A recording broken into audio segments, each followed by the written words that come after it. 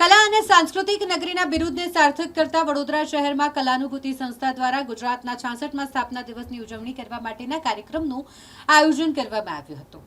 સુરસાગરના કિનારે આયોજિત આ કાર્યક્રમ કે જેમાં વડોદરા વાસીઓ મંત્રમુગ્ધ થઈ ગયા હતા। આ કાર્યક્રમ વિશે વાત કરીએ તો ગુજરાત ગૌરવ સ્વર યાત્રા યોજવામાં આવી અને જેમાં ઘણા બધા મહાનુભાવોએ હાજરી આપી હતી। વરિષ્ઠ વૈષ્ણવાચાર્ય પરમ પૂજ્ય ગોસ્વામી श्री द्वारकेश लालजी महाराज विशेष उपस्थित रहा था। विधानसभा मुख्य दंडक और रावपुरा धारासभ्य बालकृष्ण शुक्ल, वडोदरा युवा सांसद डॉक्टर हेमांग जोशी, वडोदरा महानगरपालिका म्युनिसिपल कमिश्नर अरुण महेशबाबू, तेमनी साथे वडोदरा शहर पोलीस कमिश्नर नरसिम्हा कुमार અને અન્ય લોકોની વાત કરીએ તો ધારાસભ્યો, એમએસ યુનિવર્સિટીના વાઇસ ચાન્સેલર સહિતના મહાનુભાવોએ આ કાર્યક્રમમાં હાજરી આપી હતી। કલાનુભૂતિ સંસ્થા દ્વારા આયોજિત આ કાર્યક્રમ થકી કલા થકી ઈશ્વરને પામવાની કૃતિ તરીકે વર્ણવીને સંગીતના 7 સુરોનું મહત્વ સૃષ્ટિ અને માનવ જીવન સાથે જોડતા પૂજ્ય દ્વારકેશ લાલજી મહારાજે સૌને આશીર્વાદ આપ્યા। આ સંગીત સમારોહનું સંચાલન જાણીતા કવિ અંકિત ત્રિવેદીએ કર્યું હતું। વડોદરાના જાણીતા ગાયકો અતુલ પુરોહિત, અચલ મહેતા, રવિન્દ્ર નાયક, સનત પંડ્યા સહિત યુવા ગાયકો કાવ્યા લીમચે, સ્વરિત કેલકર, મહર્ષિ પંડ્યાએ ગુજરાતની પરંપરા અને અસ્મિતા રજૂ કરતા ગીતો સહિત ગરબા ગાઈને રમઝટ બોલાવી। વડોદરાના નગરજનો પણ મોટી સંખ્યામાં ગુજરાત ગૌરવ સ્વર યાત્રાને માણવા માટે પહોંચ્યા હતા। જગતગુરુ આજે 66માં ગુજરાત સ્થાપના દિવસ નિમિત્તે ગુજરાત ગૌરવ સ્વર યાત્રાના માધ્યમથી જ્યારે કલાનુભૂતિના મંચથી વડોદરાના સર્વ કલાકારો કલાનગરી વડોદરામાં કલાની પ્રસ્તુતિ કરવાના છે, ત્યારે આપણા સૌ માટે ગૌરવનો વિષય છે કે ગુજરાત ગૌરવ દિવસની આ મધુર ગાથાની વચ્ચે આપણે સંગીતના માધ્યમથી એક પ્રસન્નતા, શાતા, પ્રફુલ્લિત મને આપણા જનની જન્મભૂમિશ્ચ સ્વર્ગાદપી ગરીયસી એવી આપણી જન્મભૂમિને આપણે સ્વરાર્પણ કરીને અને આપણે ગૌરવ અનુભવ કરી રહ્યા છે, ત્યારે વડોદરાના સૌ નગરજનોને મારી આ ગુજરાત ગૌરવ સ્વર યાત્રા નિમિત્તે કલાનુભૂતિના મંચથી ખૂબ ખૂબ અભિનંદન છે, ખૂબ ખૂબ શુભકામનાઓ છે।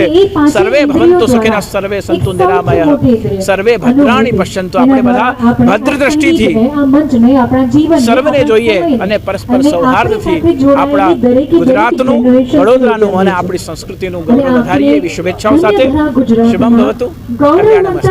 આજે ગુજરાત સ્થાપના દિવસ અને ગુજરાત ગૌરવ યાત્રાના નિમિત્તે અહીંયા વડોદરામાં સુરસાગર ખાતે શિવજીની આંગણે અહીંયા સુરસાગરમાં Maharaja Sayajirao university music college અને આપણા વીએમસીની સંયુક્ત ઉપક્રમે શ્રી બાલુભાઈ શુક્લાજી જે આપણા વિધાનસભાના મુખ્ય દંડકશ્રી છે એમના દ્વારા આયોજન કરવામાં આવી રહ્યા છે। અને આપ જાણો છો કે આટલા બધા કલાકારો શિવજીની આંગણે આવીને આ સંસારી નગરીમાં કલાનગરીમાં પરફોર્મન્સ કરે એ આપણા માટે ગૌરવની વાત છે। અને આવનારા દિવસોમાં અહીંયા બનવા જઈ રહેલ હેરિટેજ સ્ક્વેરને પણ એ વેગ આપશે અને એક હેરિટેજ ટુરિઝમને પણ અમે પ્રમોટ કરવા માંગીએ છીએ। એટલે તમામને વડોદરા સંસ્કારી નગરમાં અમે સ્વાગત પણ કરીએ છીએ અને ગુજરાત સ્થાપના દિવસના નિમિત્તે તમામ વડોદરાવાસીઓને ખૂબ ખૂબ શુભકામનાઓ પણ પાઠવું છું। આ વિસ્તારના લોકપ્રિય ધારાસભ્ય અને વિધાનસભાના દંડક આદરણીય બાલકૃષ્ણ શુક્લજીના પ્રેરણાથી વડોદરાના જે કલાનગરીનું બિરુદ છે એ જળવાઈ રહે એ માટે કલાનુભૂતિના માધ્યમથી ઘણા પ્રયાસો થતા રહેતા હોય છે। અને આજે ગુજરાત ગૌરવ દિવસ નિમિત્તે કલાનુભૂતિ દ્વારા એક સ્વરોનો સંગમ એ પ્રકારનું સમગ્ર મંચ આજે તૈયાર થયું છે। આપણા પરમ પૂજ્ય દ્વારકેશ લાલજી મહારાજશ્રીની ઉપસ્થિતિમાં એનું ઉદ્ઘાટન થવાનું છે, ત્યારે આજે અહીંયા ઉપસ્થિત રહીને વડોદરા કે જે કલા અને સંસ્કૃતિ નગરી છે એનું જે સાચું કલેવર છે એને ઉજાગર કરવાનો જે પ્રયાસ થયો છે સાચે જ બિરદાવા લાયક છે।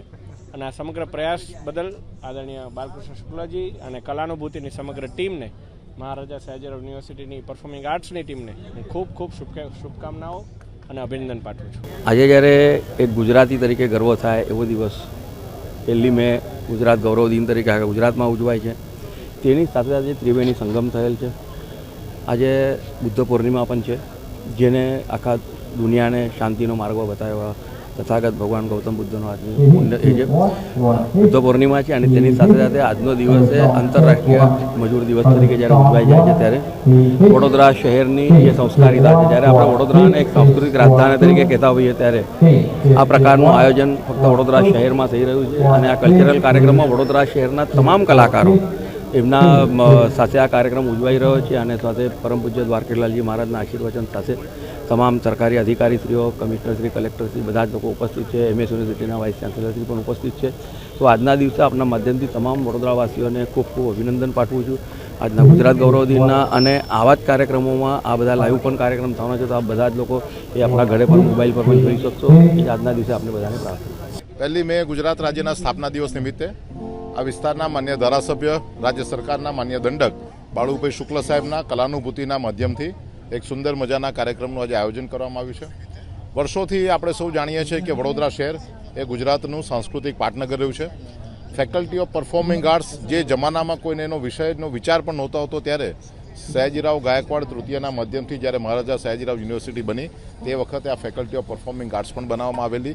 એના પ્રાંગણમાં આજે 1 મે ગુજરાત રાજ્યના સ્થાપના દિવસનું આપણે સરસ મજાનું અહીંયા આયોજન કર્યું છે.